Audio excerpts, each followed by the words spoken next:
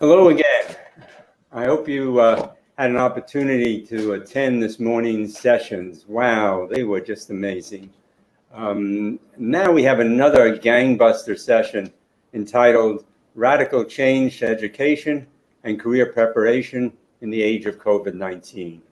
Here we're going to explore whether the crisis of our lifetime is an opportunity for radical change.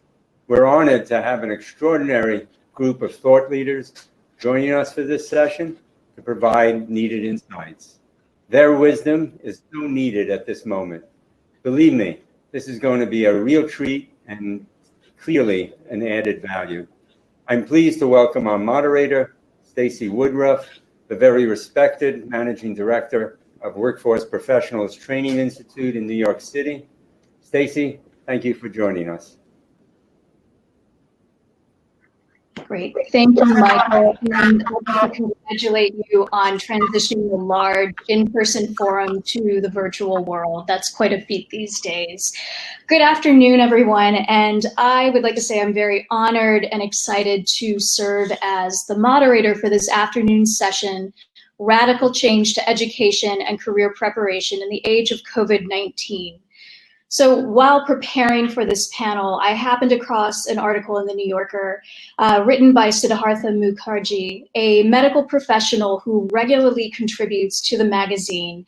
And the quote that struck me as appropriate framing for this day's discussion was as follows: "What those of us in the medical profession have learned from the COVID-19 crisis has been dismaying on several fronts. Everyone now asks, when will things get back to normal?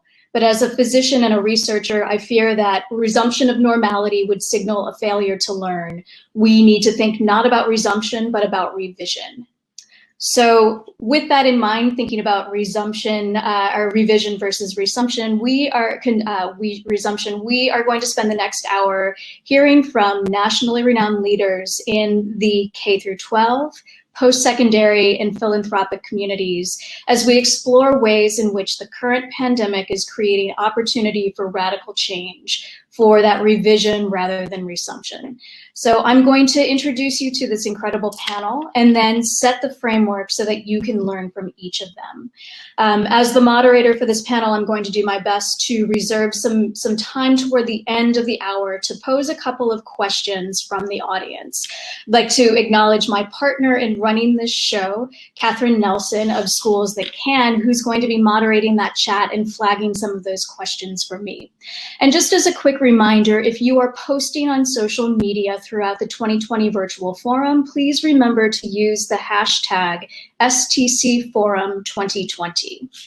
So let's dig in on this panel. I am pleased to introduce to you today's panelist, Paul LeBlanc, President of Southern New Hampshire University, Quentin Bullock, President of Community College of Allegheny County, Ronald Shalhusan, Executive Director of the New York Trust for Education, and we will be joined shortly by Stan Thompson, who is the Senior Director of the Heinz Foundation.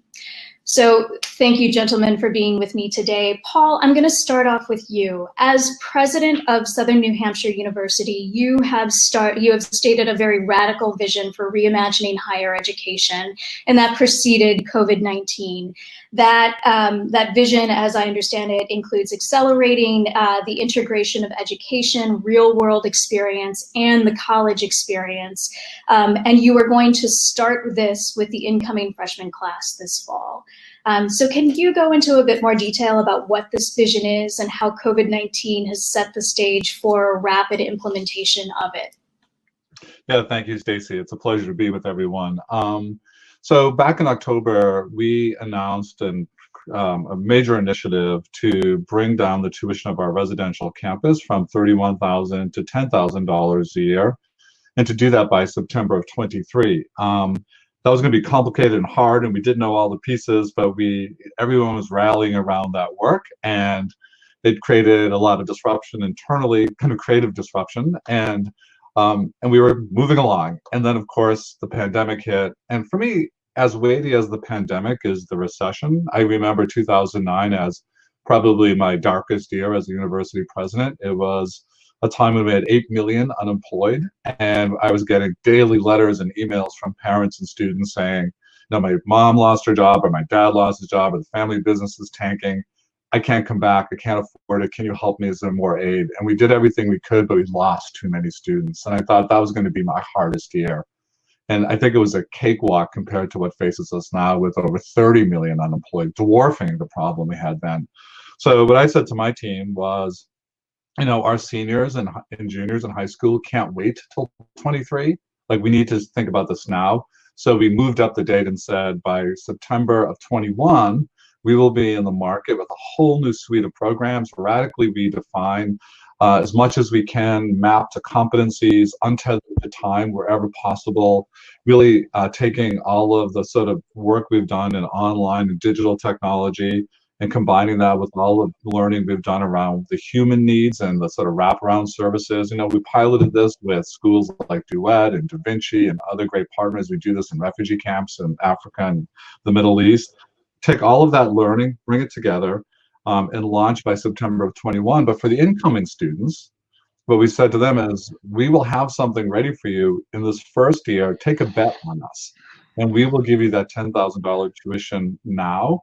And by the way, we'll give you 100% scholarship so that there's no money out of pocket, and we have de-risked that bet for you. And then help us build it. Like, the deal is free tuition. You have to shape what years 2, 3, and 4 look like. Do the work with us.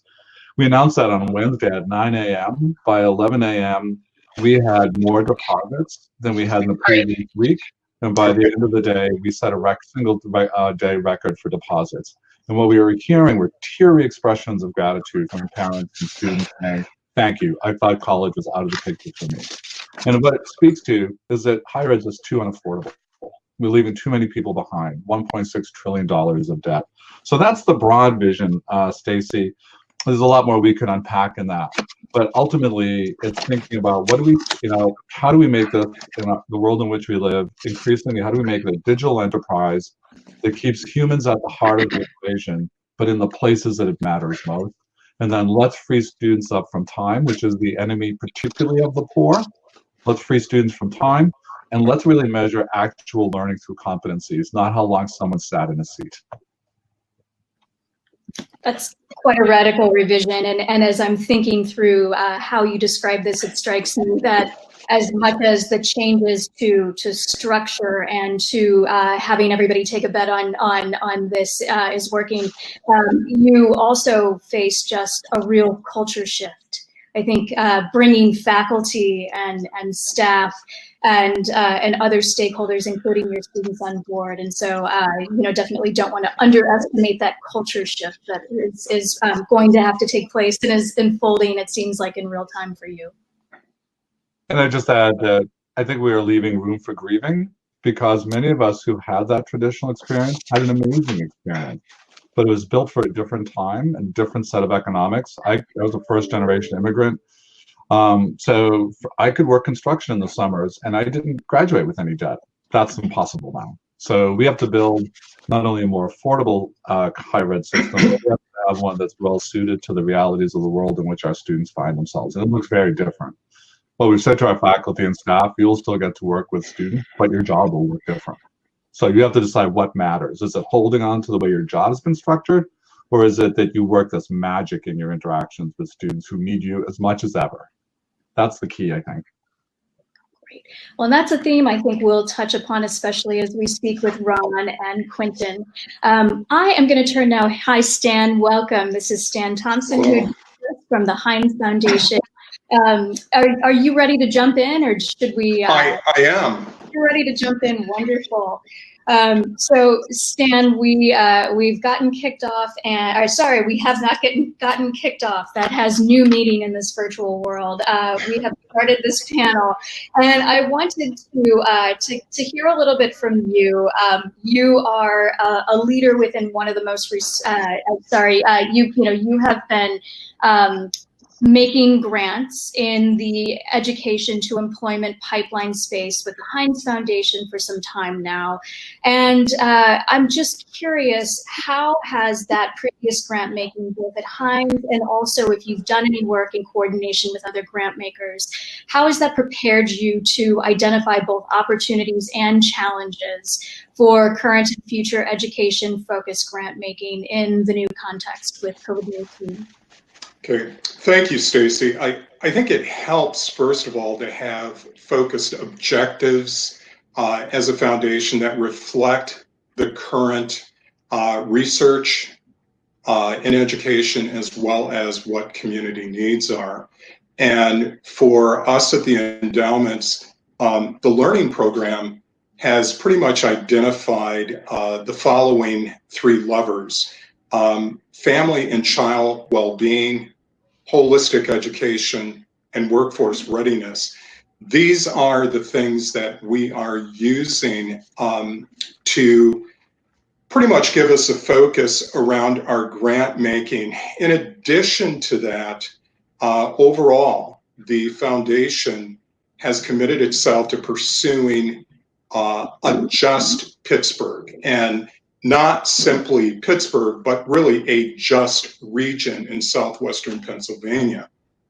And so consequently, having those things serve as really guideposts help us, I think, as we're trying to navigate our way through some of the things that we're currently experiencing, especially with this health crisis. Now, prior to the crisis with COVID-19, the Heinz endowments, my particular work in particular in workforce readiness, had really started delving into this post-high school world and what does it mean for those individuals who are going through this pipeline as we're currently looking at it, and then winding up as young adults who are entering a world of uncertainty.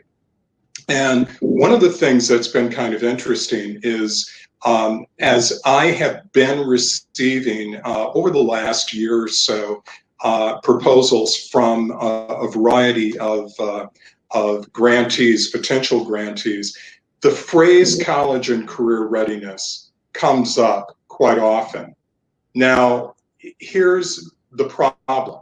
The problem is, although we have a system in place that says we are emphasizing or we're concerned with what students are going to wind up doing in a post-high school world, the fact of the matter is, not nearly all students are able to experience the promise that that phrase college and career readiness seems to intimate. And so I would say that for me, one of the things that I found myself doing over the last year is really rethinking that terminology and essentially saying that terminology is a misnomer. It's not really about college and career readiness.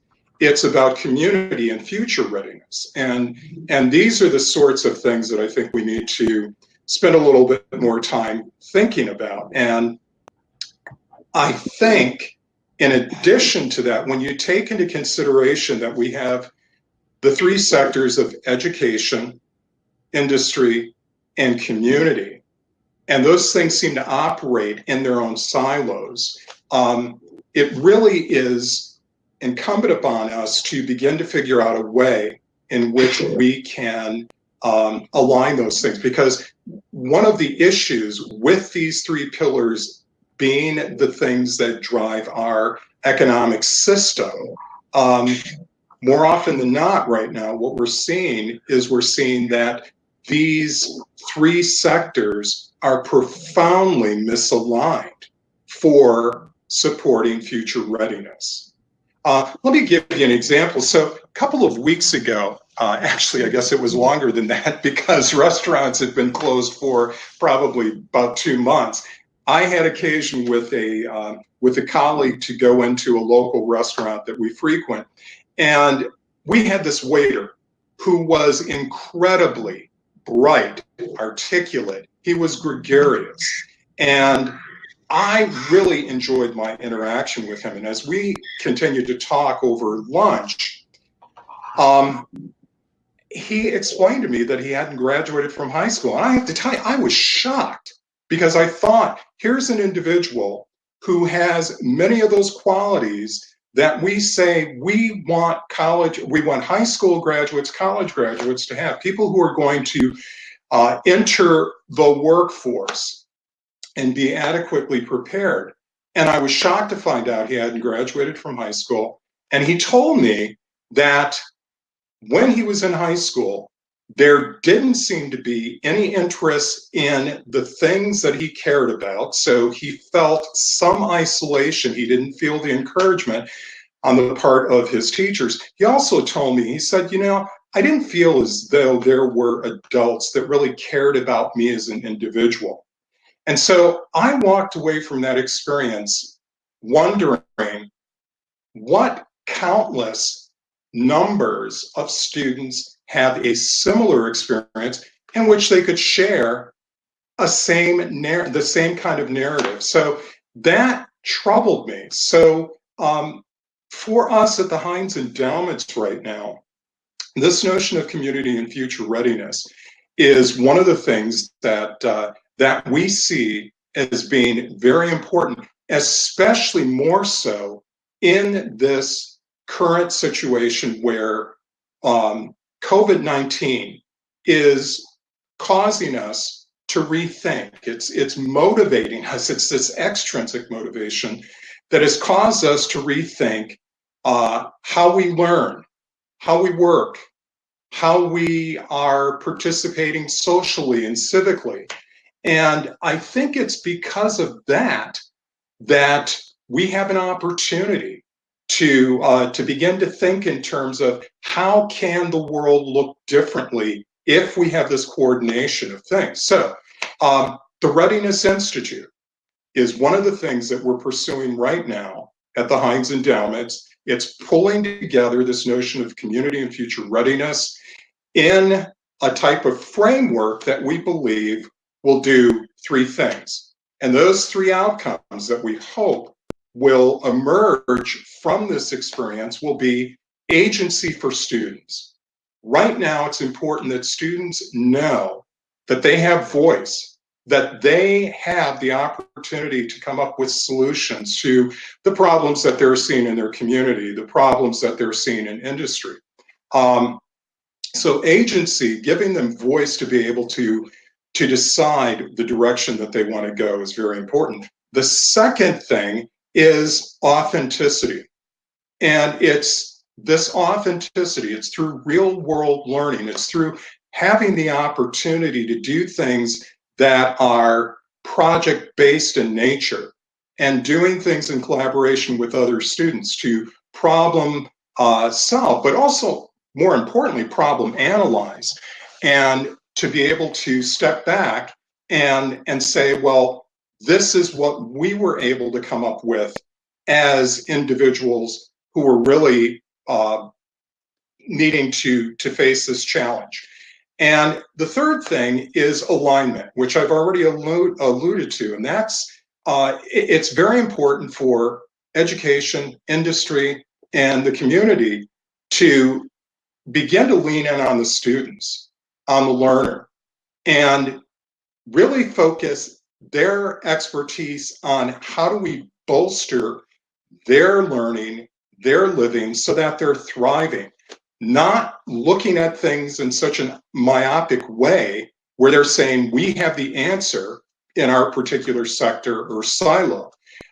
So I think it's through those kinds of experiences that COVID-19 has kind of teed this up so that we can, once we get beyond the more immediate crisis that has been presented through this disease, where we can begin to think of a different kind of delivery system and a different kind of alignment that needs to exist, all for the benefit of students. Finally, the thing that I will say, which I know other foundations have had to deal with, we can't neglect the fact that during this time, there have been all sorts of needs. The need for devices, the needs for internet connectivity, especially for those students who are in our urban environments and our rural environments. I mean, you know, this is a basic need, and shame on us. We knew years ago that there were issues with the digital divide, and we probably should have been addressing those things all along. We're scrambling now to meet those needs. The good news is we are providing for those needs, but it's not good enough. And we're going to have to not only continue to provide for those basic needs, but concurrently, we're going to have to think about things like the Readiness Institute and the implications for what it means for students in a post-COVID and post-high school world. Great, thank you, Stan. You set up. Would you mind putting your yourself on mute? We're getting some feedback. Great. Thank you. So Stan, thank you so much. I think you bring up a number of themes that hopefully we'll be able to discuss as a group shortly. And a couple of things that you said, actually, I want to turn next to Ron, the Executive Director of the Newark Trust for Education, which takes a multi-generational approach to education. Stan, you alluded to just that experience of education when you gave, for example, your story about the server at the restaurant that you encountered, and understanding that not everybody has great experiences with education, and often that can manifest throughout generations and impact those young people who are in school right now. So Ron, welcome, and just in recognition of this multi-generational approach that the Newark Trust for Education takes, I would like to get a sense of what ways has COVID-19 created both opportunities and challenges to how you're deploying this multi-generational approach to education. Sure, and thank you so much for the question, Stacy, and Paul and Stan for setting me up. I couldn't have asked for a better kind of on-ramp, and I look forward to Quinton's comments. But I'm going to steal your framework, Stan, a little bit here. These three pillars of agency, authenticity, and alignment, and really talk to the fact that over the past few months, as the pandemic has spread, a lot of the inequities that we all knew about, intellectually discussed, and in some cases have experienced in our own backgrounds, have really come to bear on the situation. We see them play out on the front burner. There is no question about it. And so we start to really question how do we move into a next phase and address some of these more systemically, right? And so I started to think a lot about the unit of delivery. And so we often talk about the student as a unit of delivery, right? We are looking at the student and what is best for that student. And then we have a parallel conversation about workforce development, and we look at the potential worker and what's good for that person and what's the optimum situation and best practices. And then we look at conditions that the families live in and try to think about what is best for the family.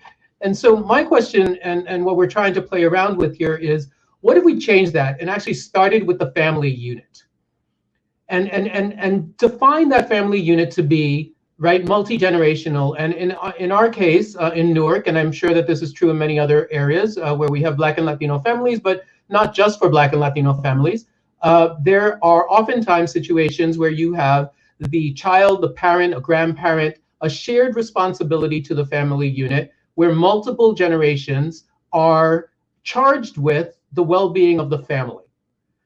Now, when you think about that, and you think historically, we also have situations where the system has not delivered to multiple generations within that family, right? So the schooling system may have not been best suited for, or may have not addressed the needs of the mom or the grandma. The child right now is struggling, and there are all of these relationships that emerge from the experiences that the various people within the family have had with the institutions. And so what if you start at the family level and then started to say, what would it look like?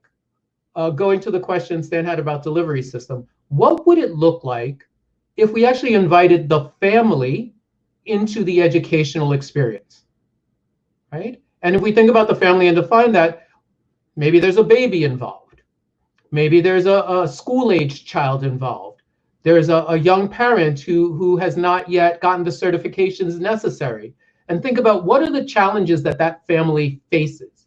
So number one, and I think Paul talked to this, dollars is really important. So if you are faced with childcare and you are trying to go into a workforce development program and you have a child under 3, how do you navigate that when the cost of childcare is higher than what you're making right now? And then you don't have the time to actually engage in that workforce space.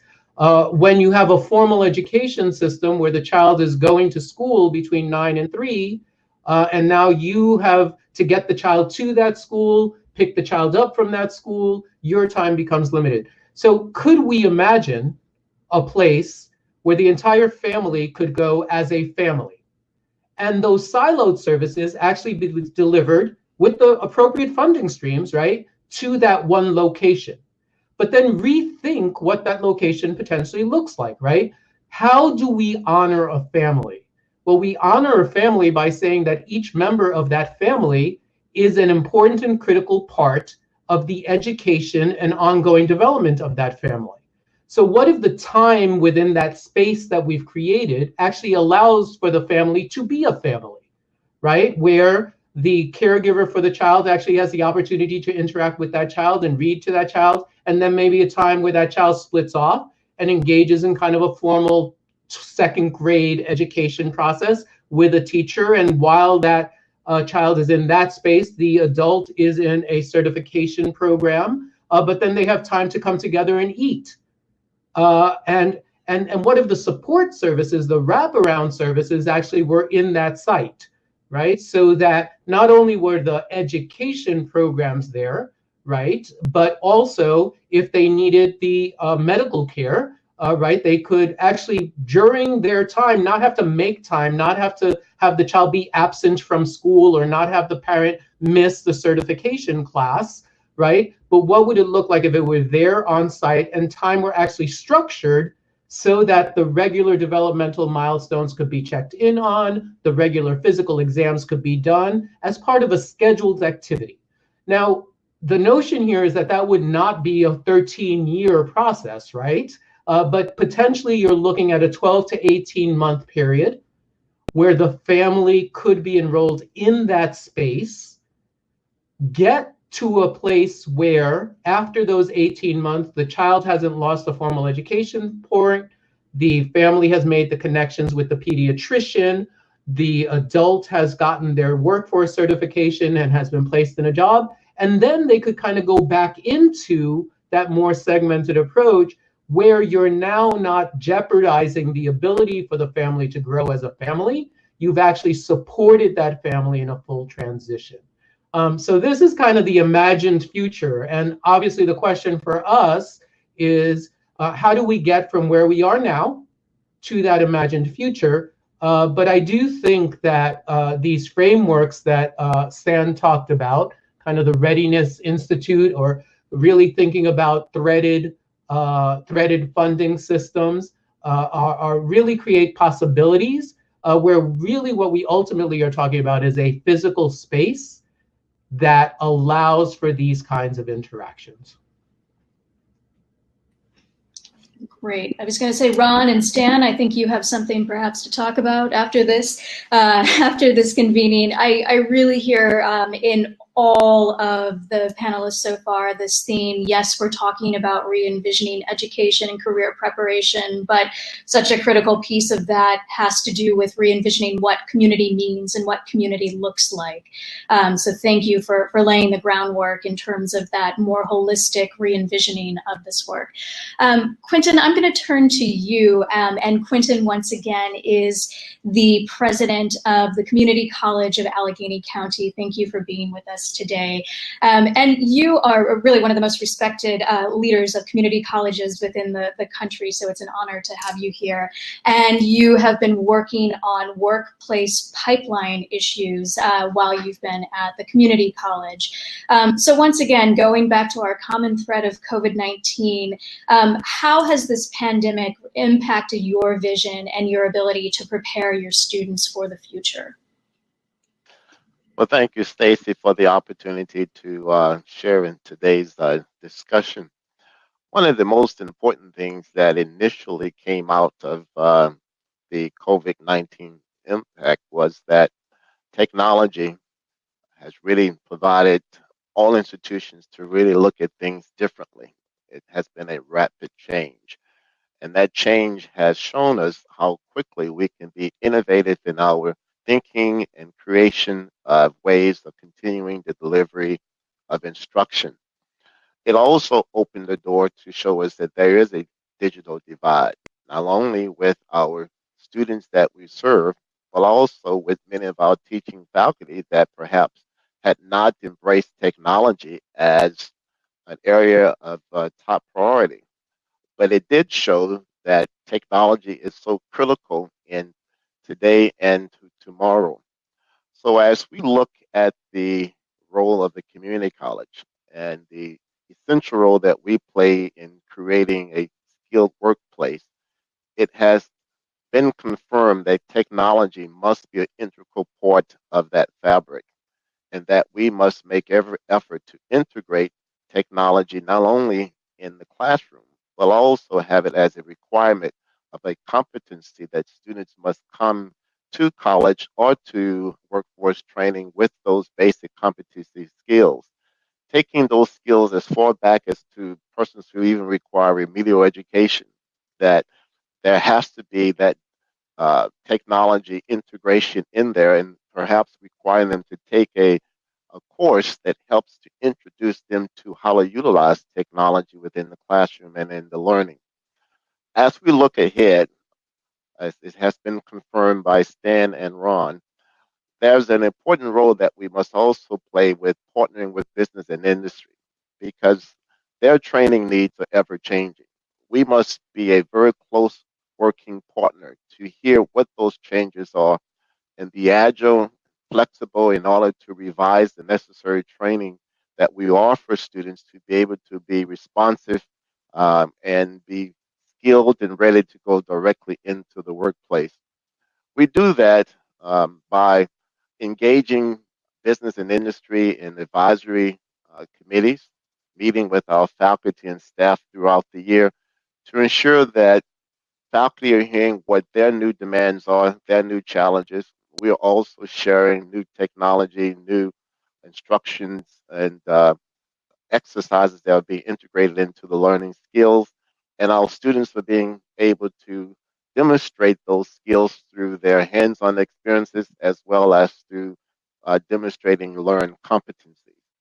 I think that we're going to see quite a bit after post-COVID-19. Many things are going to change, and I strongly believe that it's going to, some of the current jobs are going to be obsolete, but those jobs that are going to be replaced with technology are going to create new jobs that require new skills that community colleges will be able to step up to the plate to work.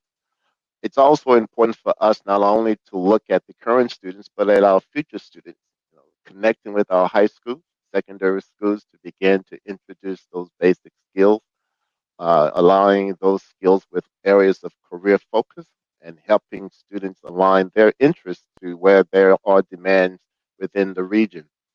And as they progress through the system, I embrace the model that Ron spoke about the wraparound services to ensure that all those services are always accessible and supportive for the students who do present with additional needs in various areas from housing, food, healthcare, mental health, transportation, all of the above. Once those matters have been addressed, it makes it a lot easier for one to focus and complete their training, earn the credential, and get a very competitive job versus trying to worry about where will I live and how will I eat food today.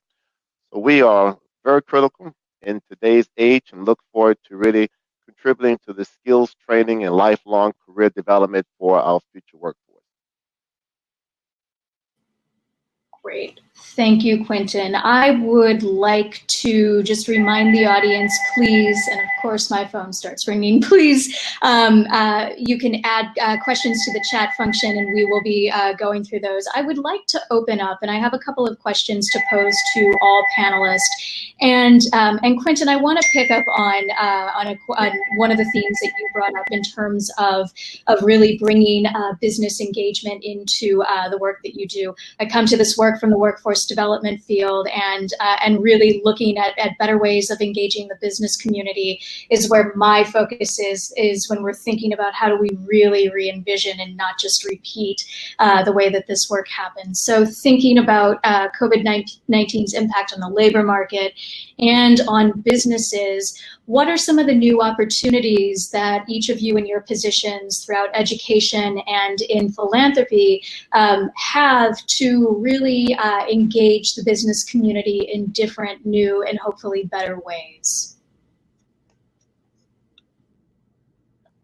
Stacey, I'm happy to jump in if that's okay. And so I think one of the things that we've long believed that while degrees will remain probably the most important milestones in someone's learning journey, that we understand that for a lot of people, the deferred payoff of 2 or 4 years is really out there in a way that they sometimes can't sustain. And we need to build a learning ecosystem that allows people to get enough learning to get that on-ramp into work, understanding that once there, they will sort of come in and out of a learning ecosystem. So imagine that I need to get back to work. I'm part of the 30+ million that are unemployed, and I'm feeling the urgency of this. Maybe it's a 6-month program that allows me to redirect, get back into the workforce. I'm looking this morning at new survey results we've done nationally. We thought IT would be kind of the place where people would say, nope, I want to redirect. 65% of those unemployed today said that they plan on changing their industry. So if I've been stuck in the hotel industry, I'm not doing this anymore, I want to be in something else. It's actually healthcare is far outweighing and again, these are not very much examined. So can we create a set of micro-credentials and on-ramps for people who want to shift into healthcare that maybe it's 6 months and gets them that first job, and then maybe that's okay for a year. Maybe they get their feedback under them, they get some time, and then a supervisor taps them on the shoulder and says, you'd be a great team lead, but there's some skills you need. And I'm going to dip back into that learning ecosystem for another 6 months or 9 months of training while working full time. So we're designed to do that. And I build and scaffold. These all should be stackable, and I can make my way to a degree. Degrees will still be critically important, but I think we have to give people more pathways, and we have to stop thinking that a degree after high school and then a career, that's a 19th century industrial model. We have to think learning ecosystem. Can I jump in there, Stacey? So that's, I think, so absolutely right. And I think when I think structurally, right, jobs in the past within the industry were structured for you to be able to move up the ladder within that industry. And what's interesting now is that we've really moved to a service and skills-based economy. And so that learning process that allows you to skip between industries isn't built into any one system. So going back to Stan's comments earlier, right, this notion of community, I think he said, or it was someone that had talked about, maybe it was the family, the community, right? But community becomes, in essence, the analog to that industry at that point, right? So how is a community structured that allows an individual who's looking for consistent development and movement to actually engage in the learning process that will give them the tools to move. And so that's where I do think that this notion of childcare and flexibility that allows for families to move on that desire becomes critical. And that means that communities need to be restructured in a way that helps support the individuals within that community moving in and between jobs. And I'll add to that. I think the other part that we want to look at is the innovation and creativity that we use in creating the curriculum, in building the stackable credentials that align and support industry, where we have worked closely with business and industry to determine what are those specific skill sets that entry employee must have that you will hire in the industry specifics, so that once they earn that credential, it's not a question about where can I go with it. I understand this will get me in, and then develop educational programs that allows the working adult to continue to earn credentials to advance, and offering those areas of instruction in a very innovative, creative way. The traditional 15-week may not be the ideal way. The traditional 8 to 5 may not be the ideal way. So look at times that you can package the evening, including childcare, so the working adult who has a child can take the classes after work and still be able to meet the need. And the child is also perhaps getting some assistance with their homework, but is also removed from interfering with the parent's progression. And then the other part, it's important, is to include intern externships, so that as students are learning skills, they're having a chance to apply those skills in a hands-on work environment. That allows the employer to not only assess the student, but also the student assess the business, so that they understand what their next step is and the company that they may choose to work with. But I think innovation, creativity, and flexibility will be critical in how we are able to support future students. I do think I want to just put a fine point on something Quentin said in passing, which is that if these shorter programs are not stackable and part of a pathway, we could inadvertently feed inequity and get people trapped in kind of low-end jobs. So they really got to be well articulated, and we've got to move. We have to have an intentionality about moving people to the degrees that we know make a difference. Can I? And go ahead, please. So I was gonna. So this may be a pet peeve. I come out of the education side of the world, and so it's always interesting to me that there is a huge push on the education side to kind of think of solutions to how do we get young people better equipped for the work world. And so, I always had the question of what is the responsibility of the, businesses and corporations in that space, and what kind of restructuring needs to happen on their side in order really to accommodate. And I think the give and take there is interesting, right? So I've often imagined, I was a high school principal for a while, and I wondered what it would be if we didn't have the seat time requirements and we had more flexibility, right? And I think schools that can often grapples with this particular issue. But what would it look like if actually corporations, through their human resources department, through their job development department, right, actually created jobs that was specifically geared for that 17, 18, 19-year-old who was in school. They were real jobs, right, that would be critical to the functioning of their workplace. They were within specific departments, and they were defined to be job sharing. They were job sharing in their development, so that possibly every 10 weeks a new student could come in and step in and move, right?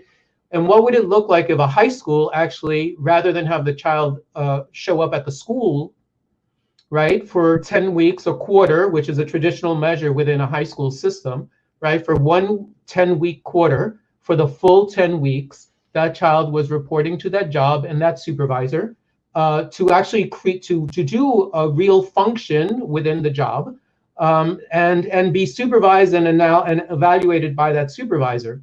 And then, right, the responsibility of school was actually to provide the coaching to that student to actually help them actually meet the demands of that job.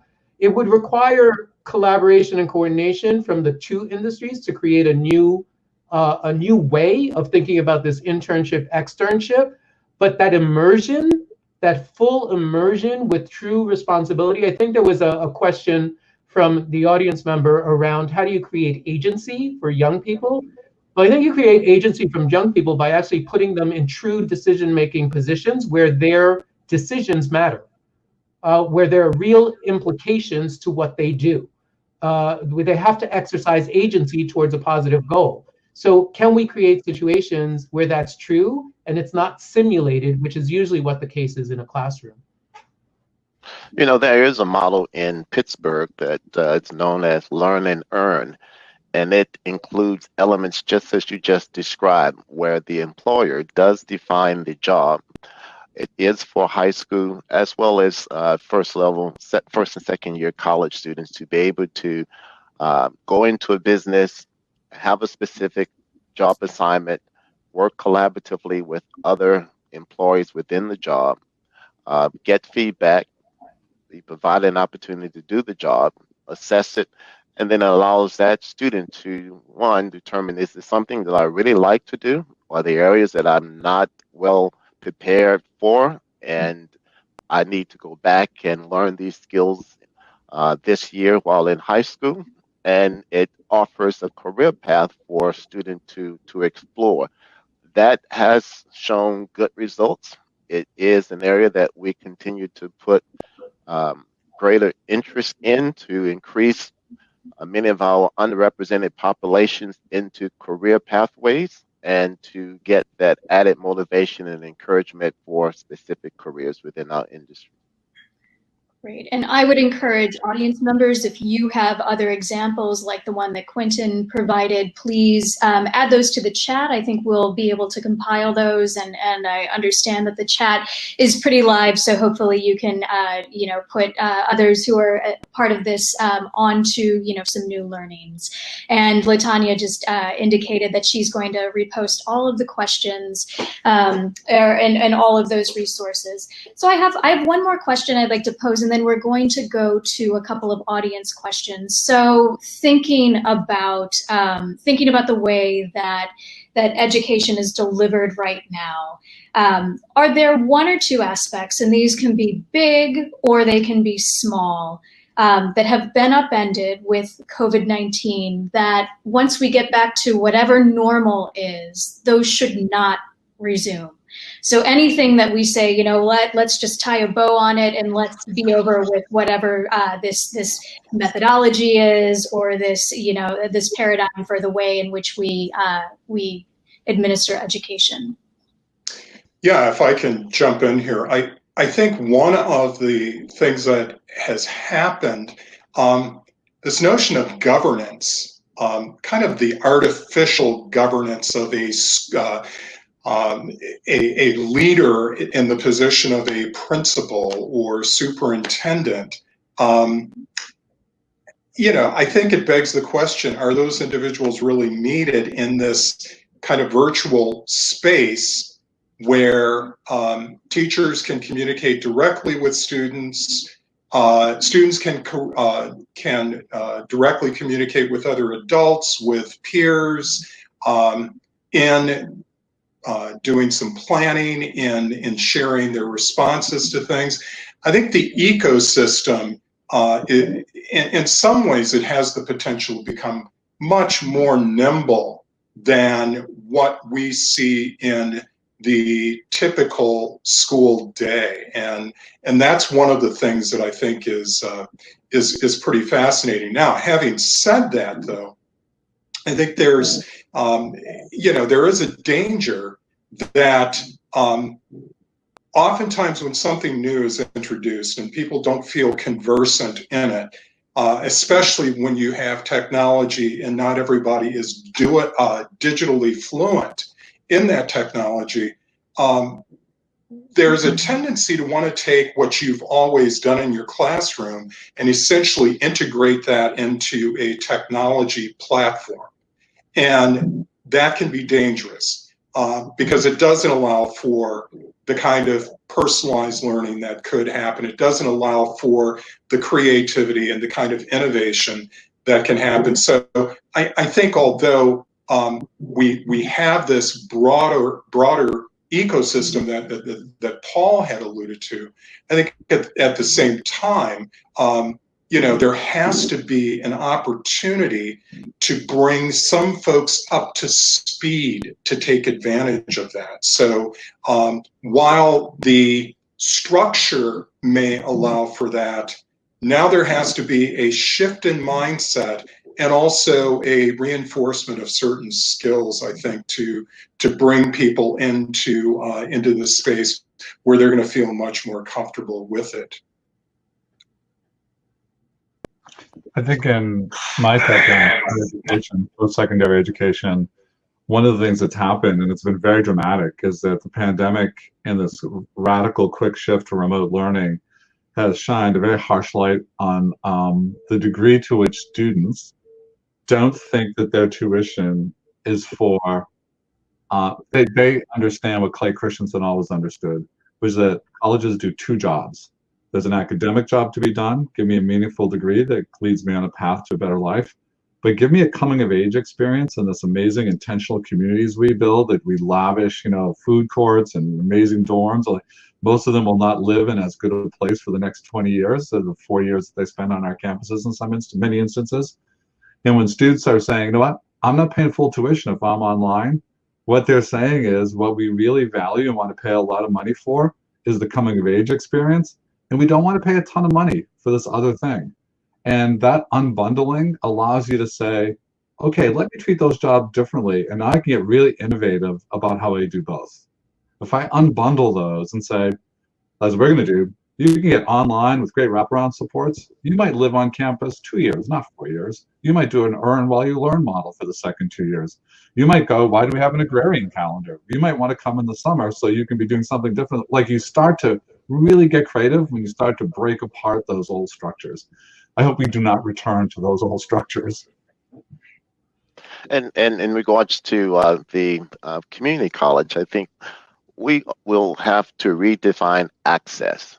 And that access, which we've often had, has been open, that there's a need for us to integrate a requirement that students must also come with a level of preparedness and an appreciation for technology, because we have seen that with this rapid change that just occurred, there was a need for readiness and ability to embrace the change quickly and still maintain that level of performance and achievement.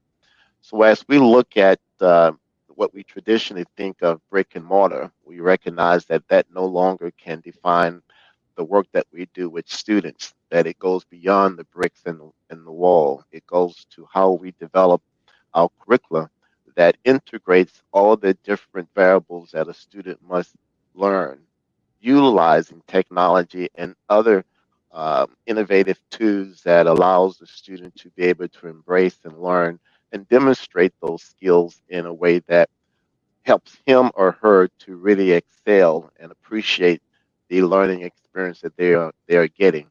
And also a chance for us to look at, what does basic computer literacy mean?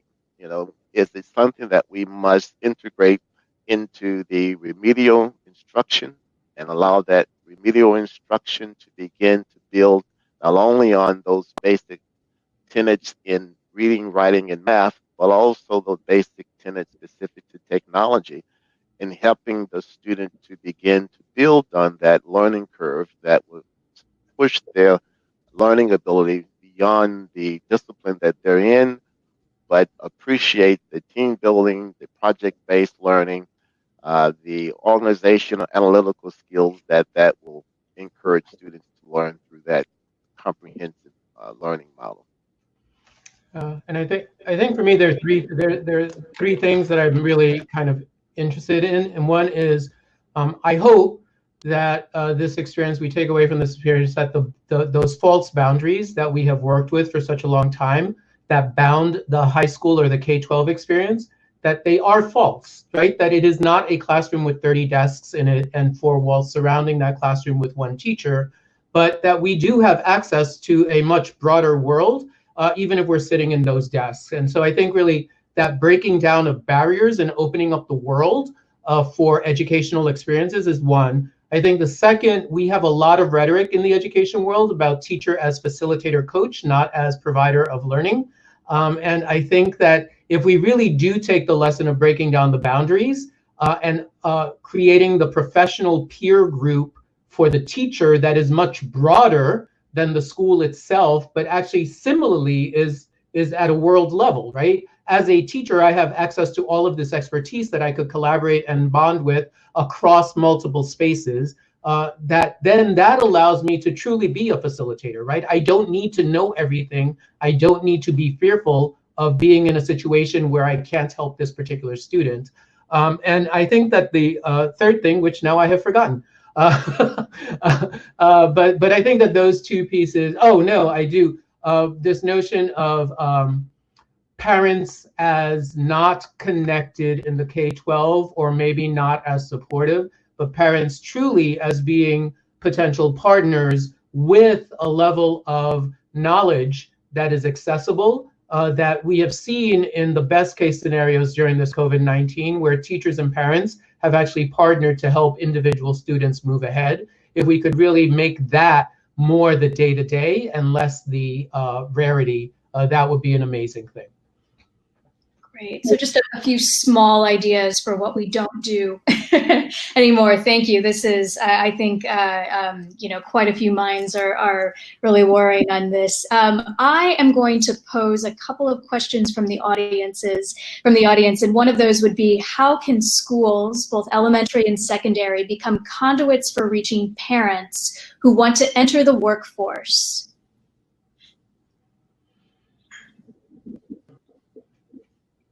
On that, I think one way that we can do it is bring in all of the key players, businesses, and workforce training providers, institutions of higher learning into one setting that talks about careers and credentials and how those credentials can be achieved, and allowing the parent to hear with the student, if you get a micro-credential, what is a micro-credential? What will allow my son or daughter to do? How can it allow me to get that same ability to be hired at a business X? And to let them hear firsthand from all of the educational providers talk about, you earn your credential from a community college, it will articulate to a 4-year college that will allow you to earn your bachelor's degree. It helps to remove the myth that 2-year college transfer courses do not transfer to a 4-year. It also helps the business sell their job opportunities with a credential that they get called a micro-credential, or a specialized certification that's specific to that business that will articulate to a 4-year college, or will allow them to build on those credentials to earn their associate's degree. I think everyone in one environment talking about careers and education requirements has a plus for both the parent and the student. Stacy, I think I'm reacting to the question, and I might want to reframe the question, because I think schools is a defined structure, and that defined structure has a purpose and a form. And so I don't know if this is the right reframing of the question, but I feel like, what is the city's educational, how does the city's educational ecosystem, the combination of players that all participate in helping the community members engage in ongoing learning, how does that system structure itself to promote entry into job spheres across the board? Because that requires a different set of collaborations. It requires a different working frame. And maybe I'm particularly sensitive. I was principal of, as I said before, of a high school for 10 years. And I feel that high schools, or schools in general, tend to be additive in nature, right? Because it is the natural congregating place for a community. Anytime an issue comes up, it becomes the school's responsibility to somehow address that. And so what ends up happening is we consistently add on. We have to add on a work around teen pregnancy, and we have to add on work around substance abuse, and we have to add on work about self-esteem, and we have to add on work about job, right? There are all of these add-ons which then just waters everything down, and you can't do anything well. And so I do believe that there is an ecosystem that happens in cities, whether you're talking about, talking about museums and libraries and job force. And I saw a question on the feed that was asking about trades, right? And how come trades are often left out of this conversation? And when you think about learning a trade, it often involves expensive equipment and unions and fees. That's part of this ecosystem, right? So how do you actually identify the players in the ecosystem and create different relationships that then, through those relationships, support parents entering the workforce in a more coherent way? I'd like to jump in, and I think what has been shared is excellent. I'm going to take us back, and I'm going to probably wax a little philosophical about the way that we look at our learning. And I would say that maybe even before we start to get into the details of programming, there are some questions that are fundamental to who we are as learners and who we are as human beings that we need to ask ourselves. And I know these are really the 5 basic questions, or the foundational questions, that we'll expect our learners to ask at the Readiness Institute. First question is, who am I? Which is one of identity. I think it's very important that people understand who they are in order to begin to think through the second question, which is one of aspiration: who do I want to become? The third question is one of means: how do I get there? What pathway do I take to get there? Fourth question is, how do I keep growing? Because once you've gotten on that path, you're not going to stop. Hopefully, you're going to keep growing. There will be things that you encounter in life that will challenge you and help you continue to grow as a person. And, the fourth question then becomes one of,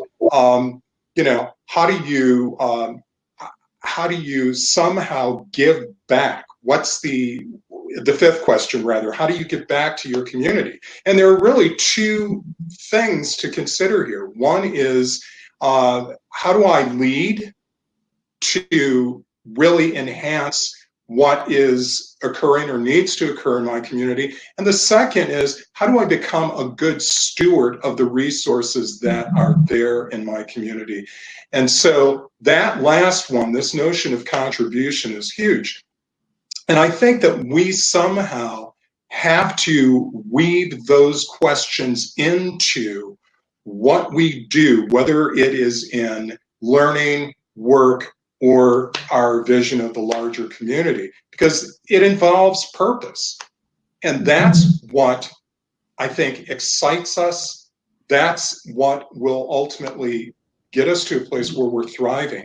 If we don't address those questions, the other things that we do, we're going to feel perhaps a sense of accomplishment, but I think there's still going to be this void that exists.